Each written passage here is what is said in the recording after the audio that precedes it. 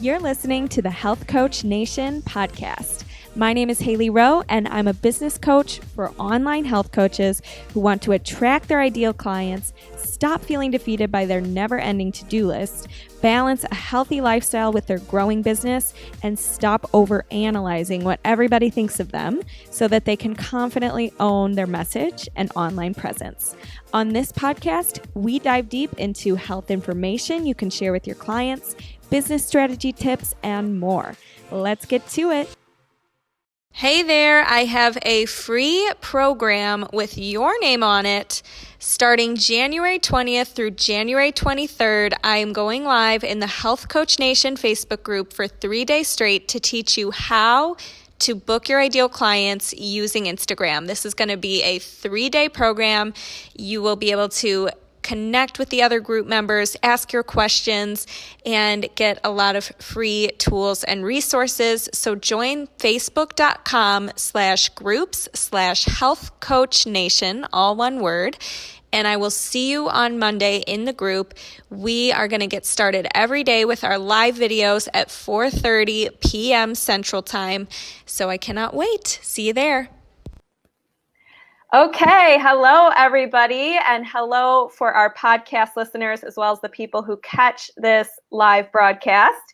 I am here today with Brad Hart, and he helps coaches and consultants create and build amazing mastermind programs. He's also an author. He also is a speaker. I'll let you, Brad, let everybody know about who you are, what you do, and then we'll talk today about what does it take to really build a mastermind and how does that work? So introduce yourself and go for it.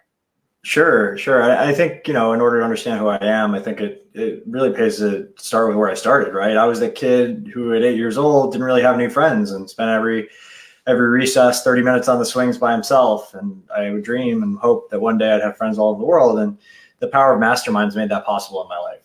So if you're not understanding or knowing what a mastermind is, or you might have an idea, but about half the people who I speak to either don't know what it is or have an idea that's a little bit off base. So my definition of a mastermind is a group of people that come together to support each other in their challenges. They connect resources, opportunities, people, systems, what have you together, and make sure that they really stay accountable to taking action on their goals.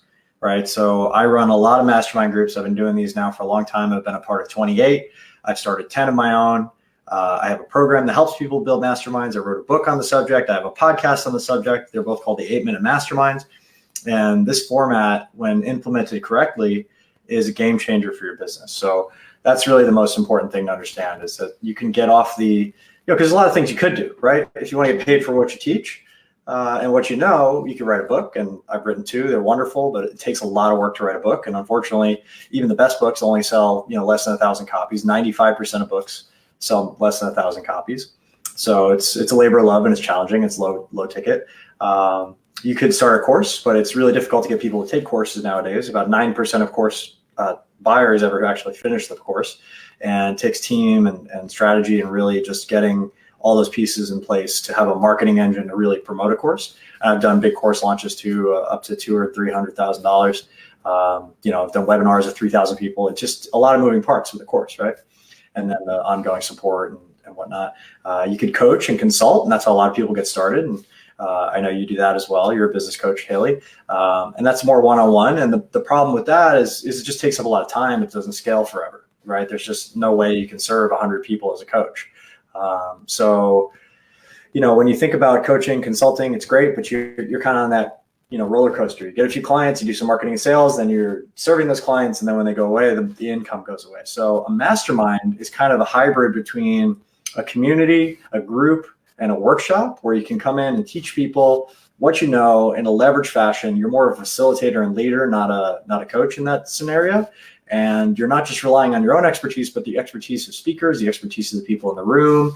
And you don't have to worry about creating as much content, and it can be done virtually or in person. So I really love the mastermind format because it offers you all of the benefits of everything else. It gives you the cash flow, the high ticket cash flow that you can get started in your business, get some sustainability month over month, get off the cash flow roller coaster, and then ultimately have the space and the time to do the other things, which are wonderful to do. I do all of them. But it gives you a little bit of more clarity and and income and impact in your business in the beginning. So if you're going to start somewhere, I would recommend masterminds. That's awesome. That was very well said. And I actually want to dissect everything that you just went through a little bit, because first of all, for anybody watching this live or listening, listen to how he presented the pros and cons of each model, how he promoted the benefits of an actual mastermind, how he said, I've been in, a little bit in all of them, and just how well done that framing set up this episode. Because part of what I try to teach my clients is how to write good copy, how to market themselves online. And literally that pitch made me like, oh my God, shoot, I gotta shift over to a mastermind right now, right? Because you're like, look, it has this, this, and this. You don't have to do this. It saves you time. You connected it to more money. You off the roller coaster. So very well done with that. And the thing about a mastermind, because I think just like the coaching industry, I think there's a lot of misconceptions, and the way that you defined what a mastermind is how I see it. But I think a lot of people, the word gets overused a lot.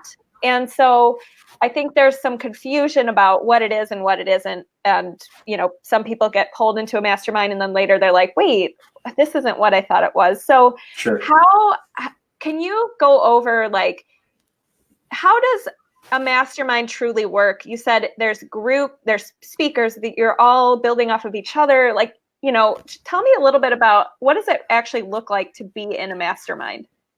Sure, Haley.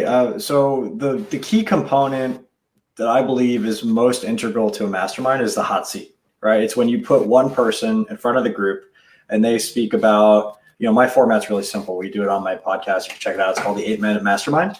And it's who they are, what they do for 30 seconds. And then it's what they're grateful for, celebrating. You want to start in that energy of gratitude, which attracts, higher vibration thoughts and feelings to people. Then you shift into what your challenge is or something you want to work on, or you need support with the group to move faster on. And then you ask clarifying questions. And here's where people get it wrong a lot of times, is they dive right into solutions. Everybody tries to coach each other, but the main goal and gift of a mastermind is clarity. And if you can really understand a challenge, it's already half solved. So when you can clearly articulate in simple terms, here's what's actually going on. I call it the tip of the iceberg versus the whole iceberg. Once you're clear on that whole thing, you can go ahead and offer simple and easy solutions. So that's my format. And it's been very effective. It's a simple 5-step process. You can do it in 8 to 10 minutes, wherever you're at. And that's going to add so much value. So you're starting there as like the foundational component of a mastermind. Everybody gets that one-on-one time. It's so valuable, and everybody gets to share. And then the key goal is just clarity. If you don't get to the solutions in that moment, well, now everybody in the group knows what's going on and they can follow up with you afterwards. So I love to network too in those masterminds. That's another piece. So everybody in the room is carefully cultivated to have different expertise and whatnot. I also bring in speakers to do content pieces that are specific and relevant to the needs of that mastermind, depending on what level of business they're at. And I only run business masterminds, but you could also run them in health and relationships and everything else. So, whatever your outcome, whatever your goal is, having that expertise in the room is really important. And then finally, having activities and workshop components that people can implement. So we have different tools. I'm in a partnership now with Tony Robbins and Dean Graziosi, who run mastermind.com. I was one of the affiliates for their launch in the beginning, which did $32 million. I was the 24th largest affiliate out of 1,100 affiliates. We sold, 20-some thousand copies of this program so far. And then I went to the party for the affiliates in Vegas, and I got to meet Tony, which is really exciting. I've been to 14 of his events and raised a bunch of money for his charities and brought over 100 people to him before, and I just never met the man. So that was really wonderful, and I was tearing up at that opportunity.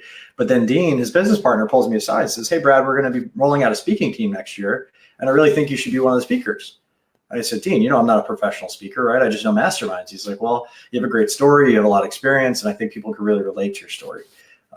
So now I'm being called to a higher level of service, and I just got selected out of 1,000 people that applied. Yeah, I got selected as one of the first 8 speakers for this new program. So we're going to be rolling that out, and there's workshops and all kinds of wonderful things happening. So I'm just so grateful for that opportunity to serve. And it goes to show that, if you're committed to a path of mastery, and it could be masterminding, it could be any number of things, but when you're committed and you plant your flag and say, this is what I stand for, and this is the tool I'm going to use, life starts to support you in incredible ways. And it wasn't until maybe 2 or 3 years ago when I got really clear that, hey, I've been a part of so many masterminds. Maybe this is what I'm meant to do. And I stuck my claim, if you will. And that really catapulted my life in so many ways. So to answer your original question, like, there's so many components that could be a mastermind. A mastermind is not just a Facebook group.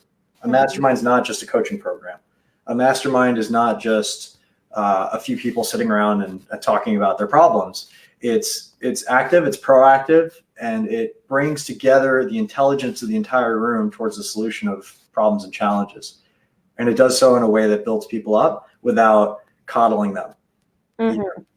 Because that's so important. I always like to joke that my 2 favorite things in the world are helping people and fucking with people. And I get to do both in a mastermind. All right. Okay. We'll have to put the explicit on the podcast now. Oh, sorry about that. It's okay, it's okay. But okay, so that makes a lot of sense. So the difference between a group program, for example, because like, for example, I have a group coaching program, and everybody in the program usually is a health or life coach who wants to grow their business, learn the fundamentals of marketing, be able to find their ideal clients online. And so we have group calls and people are able to ask their questions and things like that. The difference is, in a mastermind, to me, it sounds like you kind of need everybody at the same playing level in there, or a balance, or different skill sets that balance each other out, so that everybody has something unique to bring to the table, some way that they can serve the others in the group. Because I think a common problem too in masterminds is when people go into it thinking it's only about me, and they never go into it thinking, how can I serve the others in this group too? Because then if you go into it that way, you're going to have a one-sided, everybody's out for themselves type of mastermind, which would be terrible. So how does somebody go about cultivating, let's say somebody watching this, and if you guys are watching the live, comment below, say hello. We got some hellos from Lori and Liz and Doka. So anyways, but my question is, let's say a health coach is watching this and they say, I want to start a mastermind. How do they pick the type of people who would be a magical group fit all together? What's that process like? Yeah, so with business masterminds, you kind of hit it on the head. You want people to be, if they're at the same level, you want to have them in different industries, right? So they're not in direct competition with each other. Because if you put like all the top people from one industry in the same room, they're probably going to not want to share as much, just naturally, even if you're very giving and open and abundant. That's just what I've noticed, is human behavior kind of dictates that. If it's going to be more of a leader, like people join a mastermind because they want a way to get in front of Brendan Burchard, but they don't want to pay Brendan Burchard hundreds of thousands of dollars for whatever he charges for a day of his time. So they'll join a mastermind that he has, right? So that's another way to look at it. But in the ideal scenario, like in the best case of all worlds, you would have the people in the group be non-competitive with one another, be relatively at the same level, or have it strategically where there's some people who are a little bit lower and some people are a little bit higher, so that there's that good balance. Because really in life, you want to be spending 33% of your time with your peers, 33% of your time in mentorship, and 33% of your time being mentored, right?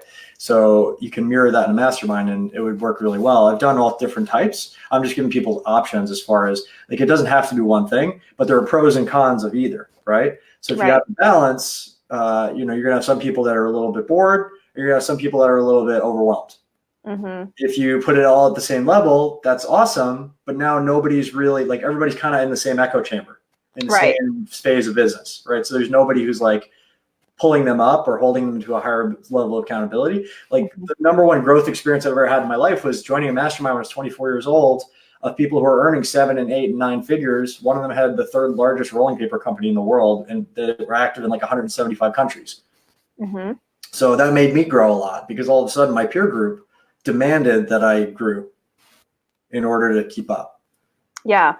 So there's different pros and cons of each. And I don't want to say that one is right or wrong, but you got to kind of decide, like, what's the outcome that you ultimately want, and then decide accordingly who's going to be in the room. Or you could just say, give it up to God and say, hey, listen, whoever's in this room is supposed to be in this room, and I'm going to serve them the highest I can, and make sure that they come away with the outcomes that they look for.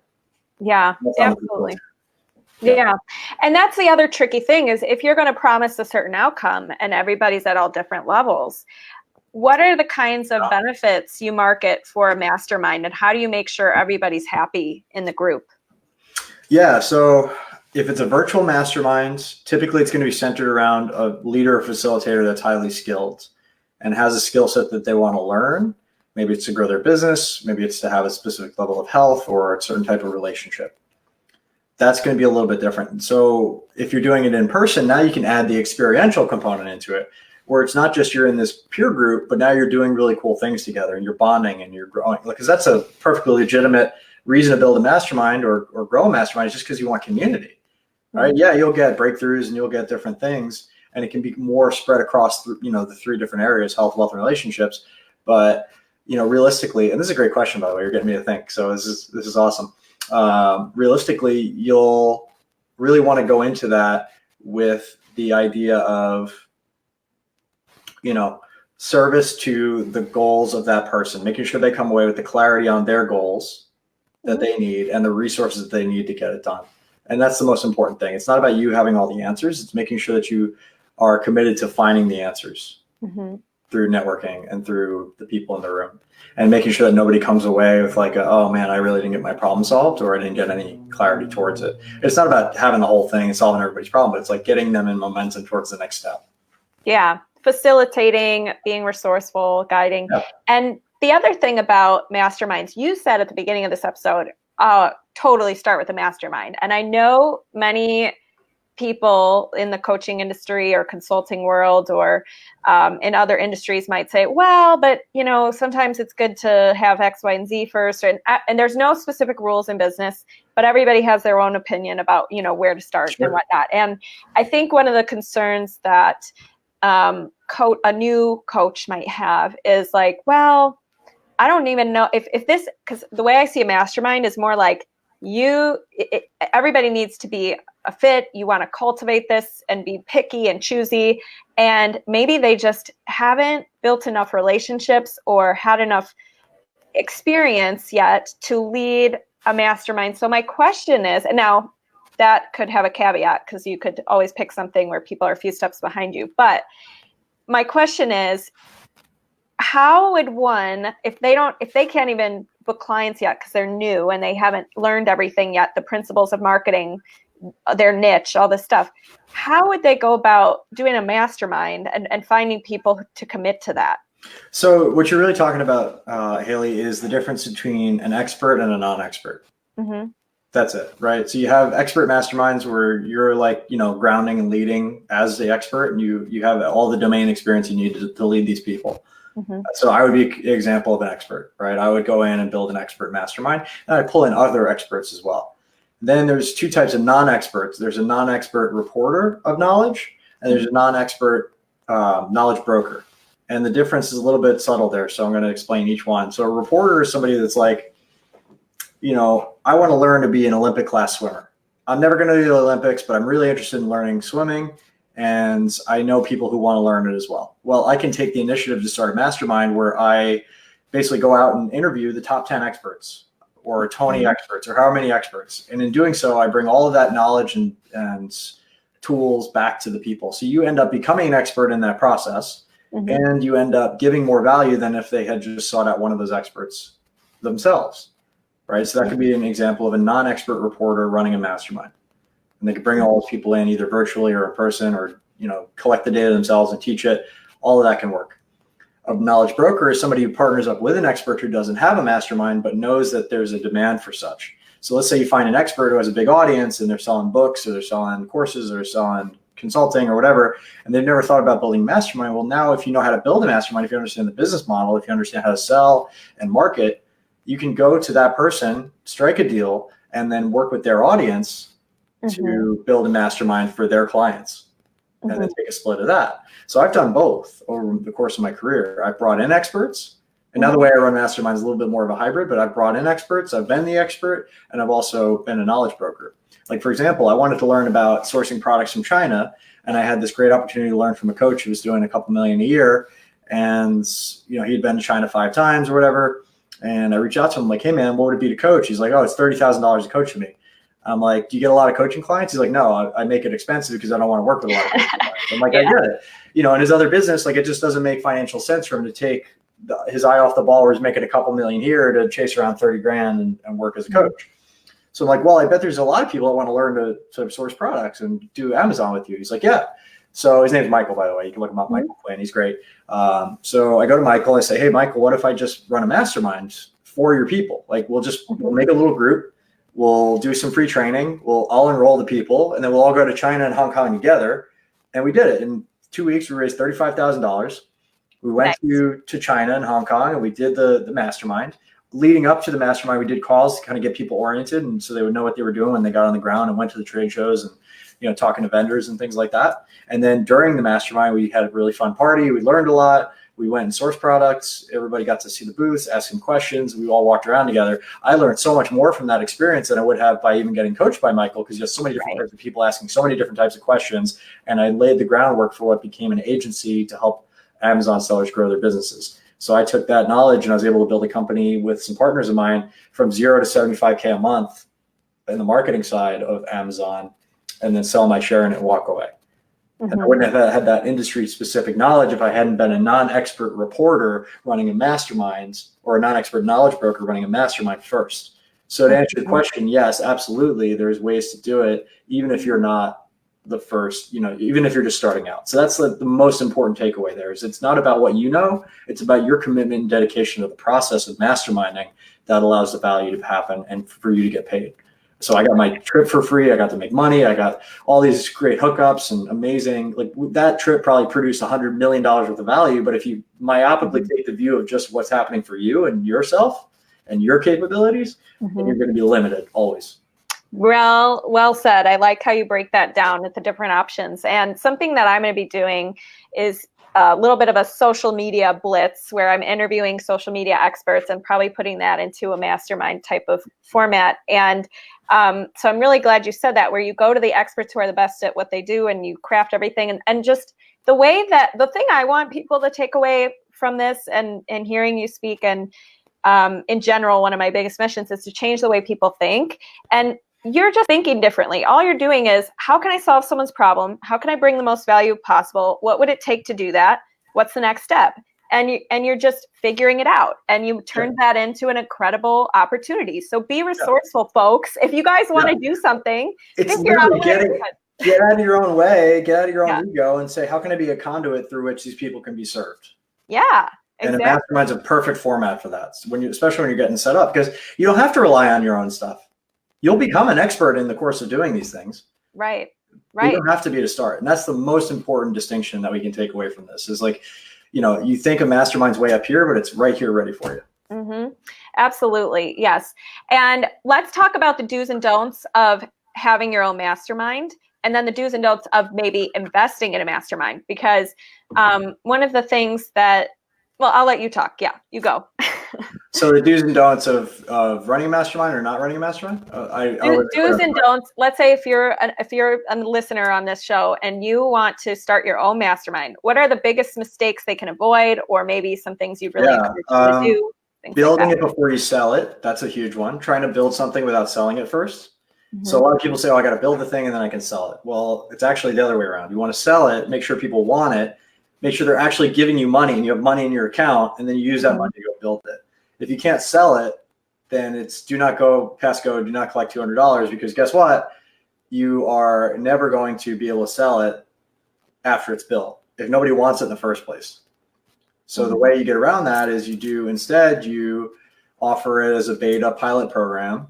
You say, hey, you're going to get way more access to me for a way lower price for this beta program, and then you collect cash ahead of time, and you communicate all this throughout. Like, you're not pulling the wool over anybody's eyes. You just basically say, listen, we're gonna try this out. This is an experiment.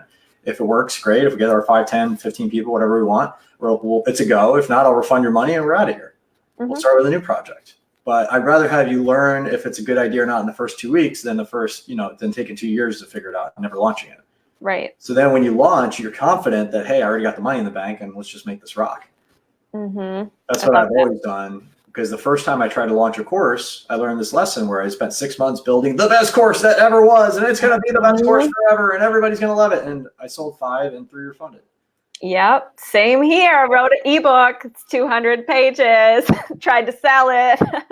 It was so stupid.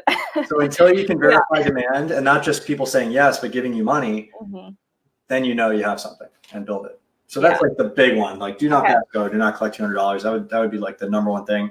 And then just kind of what I shared before is like, just make it about what they want. Right. The art of asking is the number one skill in entrepreneurship, because all you're trying to do is figure out what the market wants. And people look at articles and blogs, and they're in their own echo chamber, and they write down ideas, and they think, oh, they can fall in love with their own ideas instead of just asking the people who they want to serve, like, what would be the best value for you? What are your top frustrations? What are your top challenges? What are your top problems? What are you angry about? Who are you angry at? What is your desires, goals, visions? What do you want to create in this world? And then building a solution for that.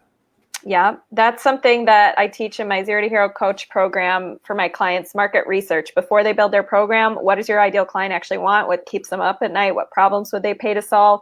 And I'm so glad, like, there's been times where I've come up with an idea that I think is incredible. I'm on fire. I'm like so excited. I have to get it out today. And then I like sit with it for a second, and I actually talk to a few people about it. And I'm like, nobody wants this. Don't do this to yourself. Yeah, 100%. So that's the most important thing. And that's the basis of everything. I teach people how to market research. I teach people how to build messages and copy that convert and really pull the right people in. I teach them how to get on the phone and actually have a sales conversation that's effective and close. I teach them how to price. I teach them how to facilitate. And then I kind of teach a ton of bonus content on top of that. But that's like the basic pieces, right? If you don't have those pieces, you're going to have a hard time. Yeah, absolutely. Awesome. And what about if they're looking to join a mastermind? What are the kind of, let's say you're looking at it online and you have a criteria, or you've had bad experiences in the past. What should people look for? Yeah, so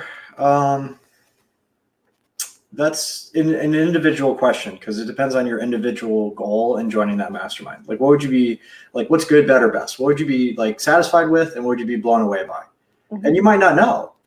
Right. I really was drawn into this as a leap of faith. I didn't know what I was going to get from my first mastermind. And I was so blown away, but it spoke to the dedication of the person who's facilitating it and going above and beyond. So having an intention going in is important, but also having that ability to just kind of let go and let God and allow yourself to be wowed by the process, and just aligning with great people. Like, if you believe in the person who's going to run it, that they're dedicated, even if they don't have a track record of running masterminds yet, you can get an incredible experience just because, it's bigger than any one person. Mm-hmm. It's the group, it's the breakthroughs, it's the collaboration. And there's a lot of great masterminds out there. I can make recommendations if people are interested.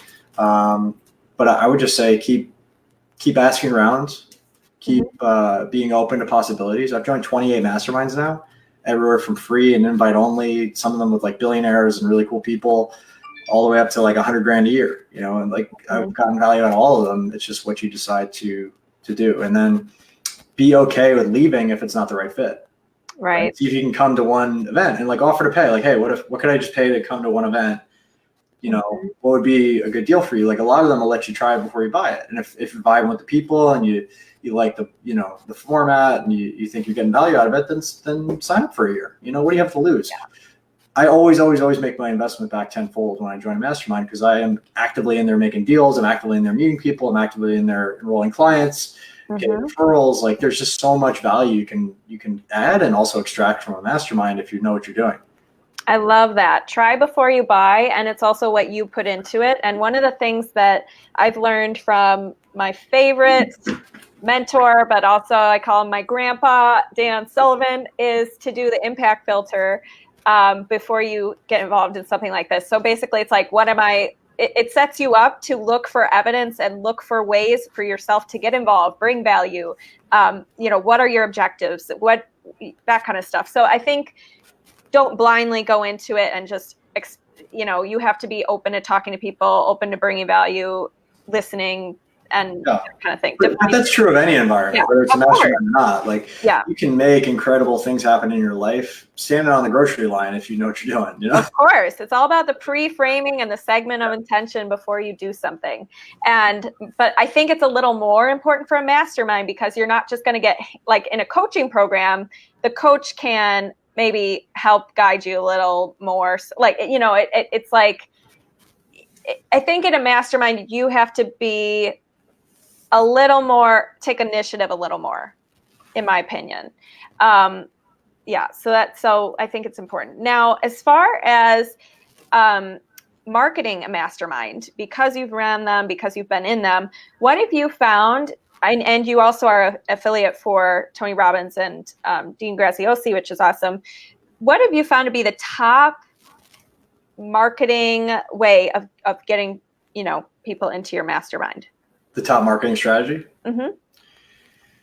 So it's been a mix. I'm very personal with people. I like to have one-on-one conversations, but my strategy is I'm very heavy on Facebook. So I'll put out a post on Facebook, kind of talking about what I'm doing.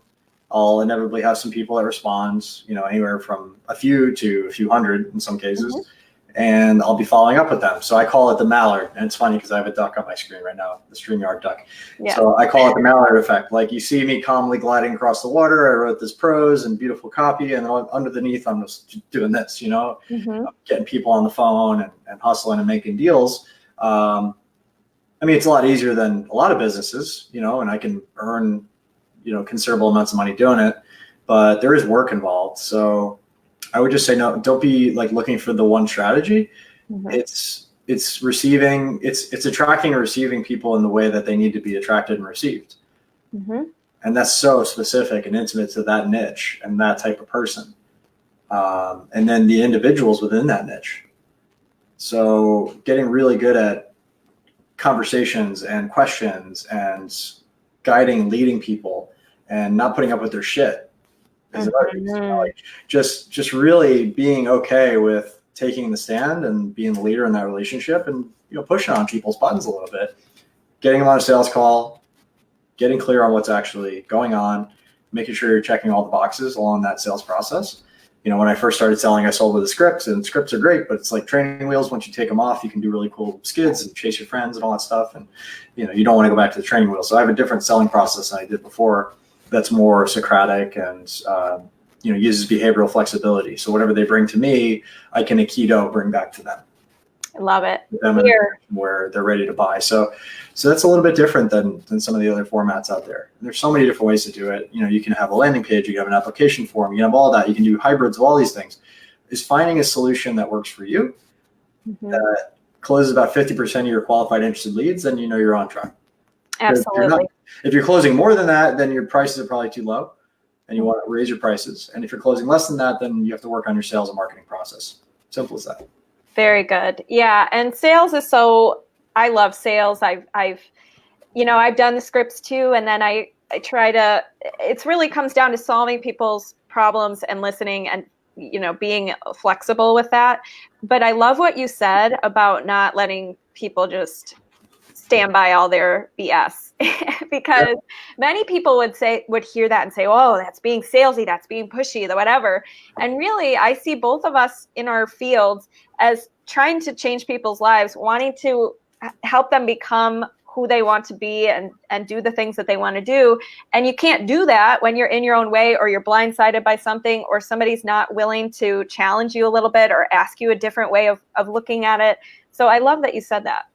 Well, and the real truth of it is, Haley, I'm sure you found this to be true, is that, and for the people listening out here, if this resonates with you, is that if those people had what they say they wanted, they would already be the people who they need to be to have it. Mm-hmm. Maybe I said that out of order, but the message there is if they were already doing the things and being and showing up as the people who could have the things that they want, they would already have them. Mm-hmm. So leadership is really just seeing more in that person, more potential, more possibility, more to give that they have than they do at that moment, and pulling them into that vision for themselves. Yeah. It's not about me judging their values or how they should live their life or what their goals are. It's right. They're in my orbit now because they have these visions and goals that I can help them achieve. Now it's just getting them out of their own way, out of their own ego, out of their own scarcity, out of their own lack, out of their own limitation story, so that they can take action toward those goals. And sometimes they have to borrow the confidence to get the evidence because they don't have either to begin with. So they have to come and take my confidence and my certainty and use that to take action on the strategies that I've used over and over again to build these things so they can do it themselves. And once they do, now they are able to impact the world. It's the candle lighting 1,000 other candles analogy. I love the borrow thing and the mirror effect and all of that stuff. I love that it is kind of like you have to, sometimes people can't see things that you can see in them. And that's why being in masterminds and doing all these things with other people is so valuable. What would you say as far as you being in masterminds? Has there been any, like, maybe share 1 to 3 life-changing aha moments or wisdom that you've gotten from being in masterminds? Yeah. So the thing I would say about masterminds is no one person is smarter than everyone.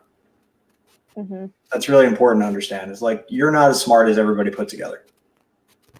Love that. And when you surrender yourself to that and you really ask the group, like, hey, what is it? You know, when everybody shows up without an ego to serve, like the answers come through. It's a divine thing. It really is beautiful. Stuff that people never would have thought of in their own bubble. Now all of a sudden it's coming through them, like channeled through them. The exact thing you need to hear. It's almost like a divine Ouija board where you're getting the clarity channeled through you. And that's really wonderful. I'm sorry, what was the question? I want to make sure I don't get off track here. 1 to 3 life-changing pieces of wisdom or takeaways from being in masterminds. Yeah, so that's one thing. It's just understanding that there's a divine thing happening when people are masterminding. That comes through from a higher source. So that's thing 1. Thing 2 is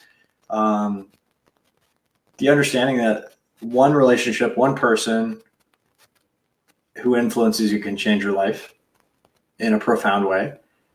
One deal can change your life. One conversation can change your life, and being open to that, especially when you're intending and asking for it and, you know, working on your own side of the fence, like these, it just starts showing up.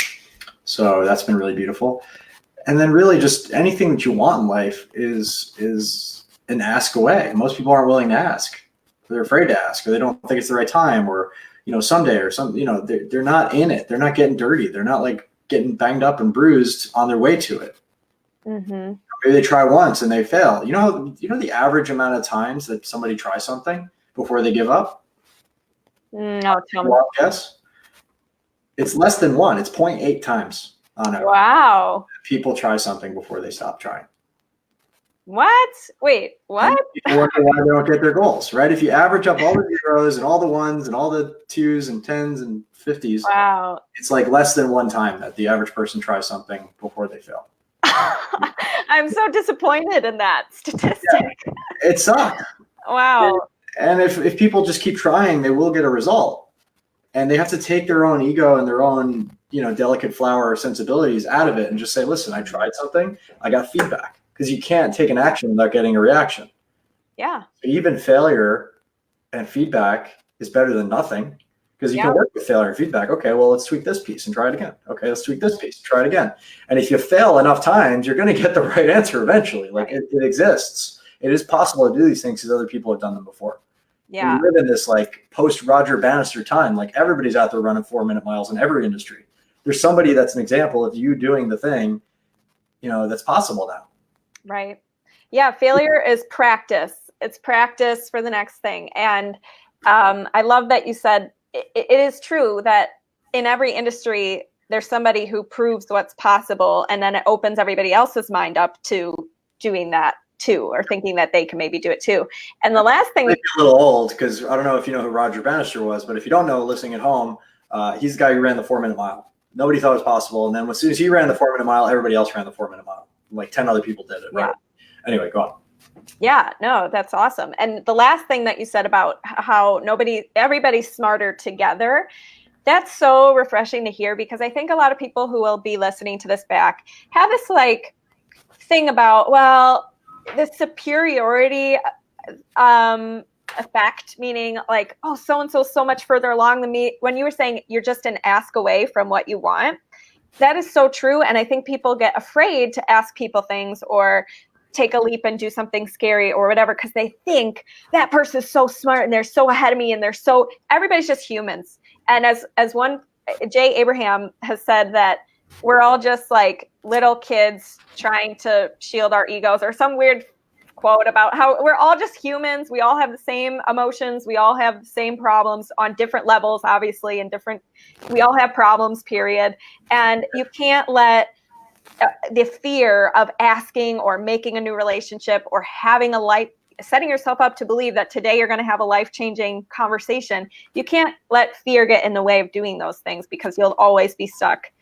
So I love that. And one more piece of asking is there's a rock star named Dave Navarro, and he had a saying, somebody asked him once, you date all these beautiful women, how do you get the courage to just go up and talk to them? And he's like, well, I'm already not dating her, so I might as well ask, right? I might as well ask her on a date, right? I'm already not dating her. That's already the situation. So let me just go talk to her and see what's what. And the worst thing she says is no. Right. And then it's the same for everything. Continued. Oh, exactly. Yeah. It's the same exact scenario, except you tried. And that's Yeah. Let's shift into your book, because you do have a book. I saw on Facebook that it has an incredible title. Again, take note, everyone, because Brad has good marketing, copy, language skills. So tell us the title. So the title of the book is The 8-Minute Mastermind: How to Solve Any Problem, Travel Anywhere for Free, and Add $100,000 to your business in 5 to 10 hours a month. And it's more than just a book, it's a multimedia experience. So there's different pieces of the book. You'll have links and things for other resources because there's only so much you could fit in the actual physical book. And there's an ebook version. It's on Amazon right now. You can search my name, Brad Hart, BRADHART, and the 8-Minute Mastermind, or just search for 8-Minute Mastermind. It should come up. And it's already top 25 in a few of the categories. And I'd like to get it a little bit higher. I'd like to hit #1 on Amazon. So I'd love your support. And you get the book for free, actually, right now. If you go to my Facebook, there's a whole deal about that. So Awesome. yeah, it's really exciting. I'm really grateful that people are digging the book so far. I've gotten some incredible reviews that people have been submitting.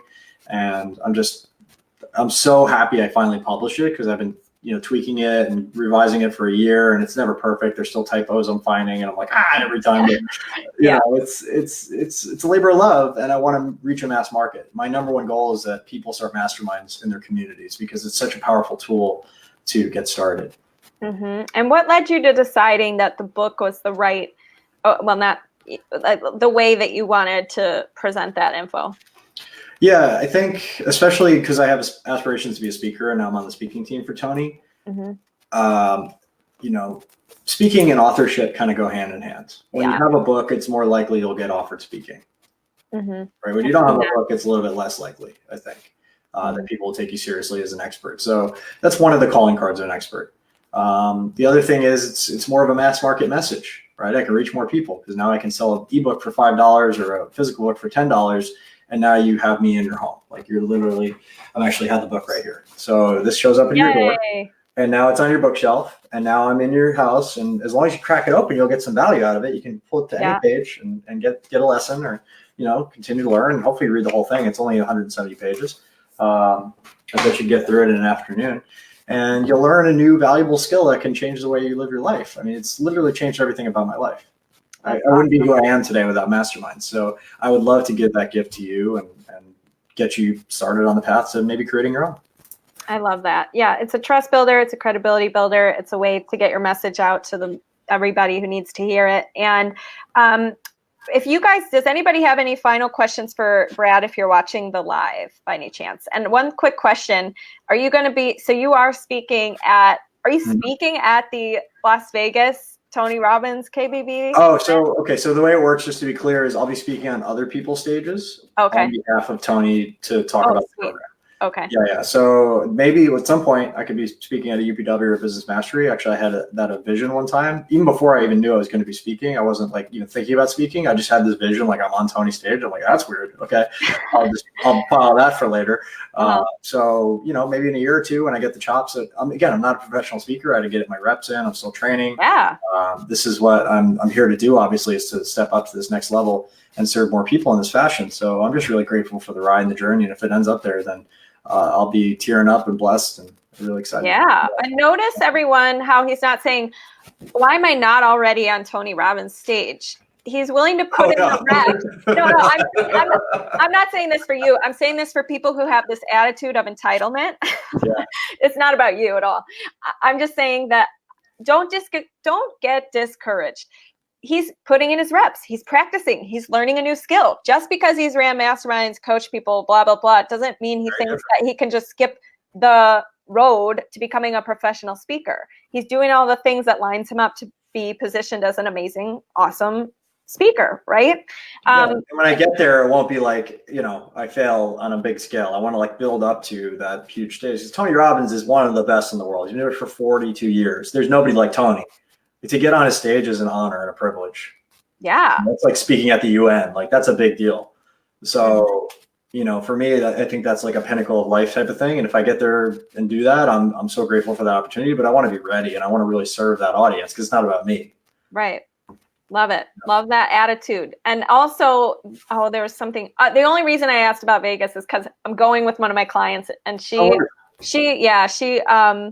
will be watching this replay and she's going to die when she hears that you've talked to Dean and met Tony, because she is like going to be peeing in her pants.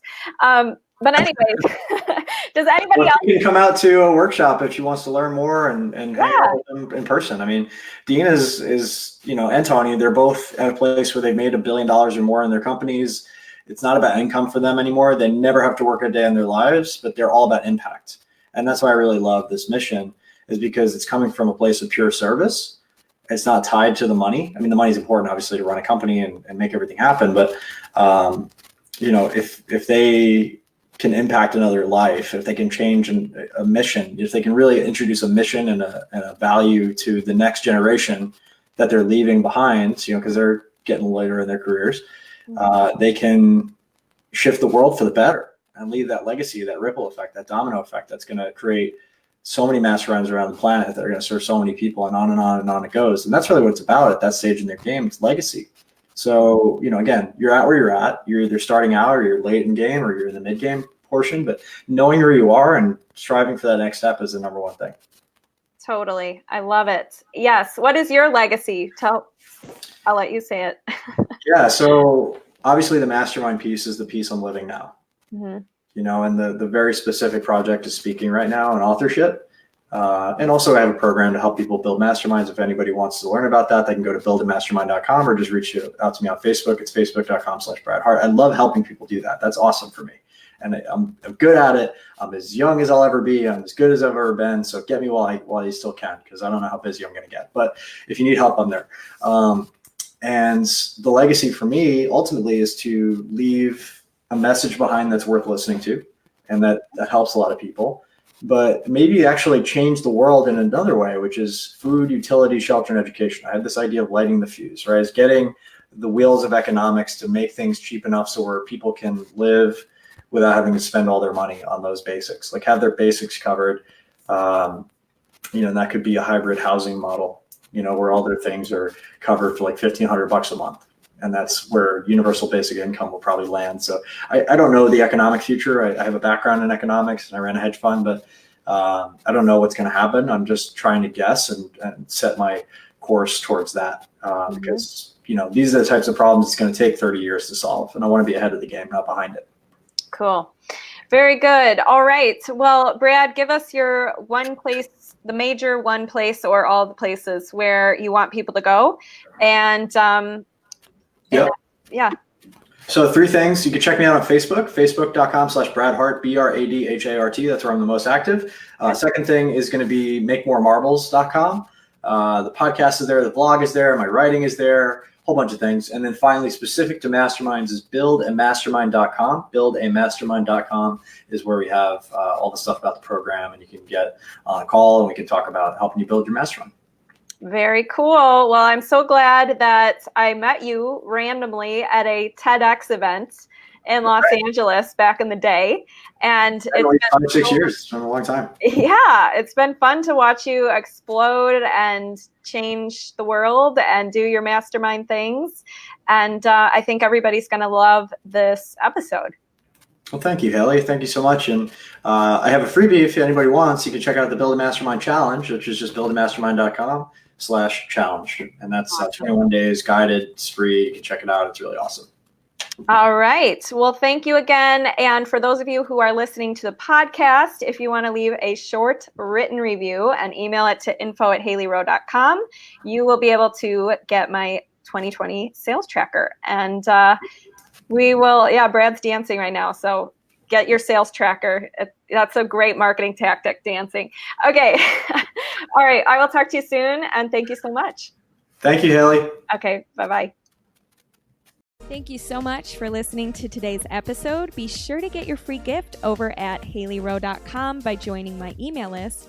And remember, you can always connect with me and other health coaches in the Health Coach Nation free Facebook group, where I post trainings and videos on how to take your health coaching business to the next level.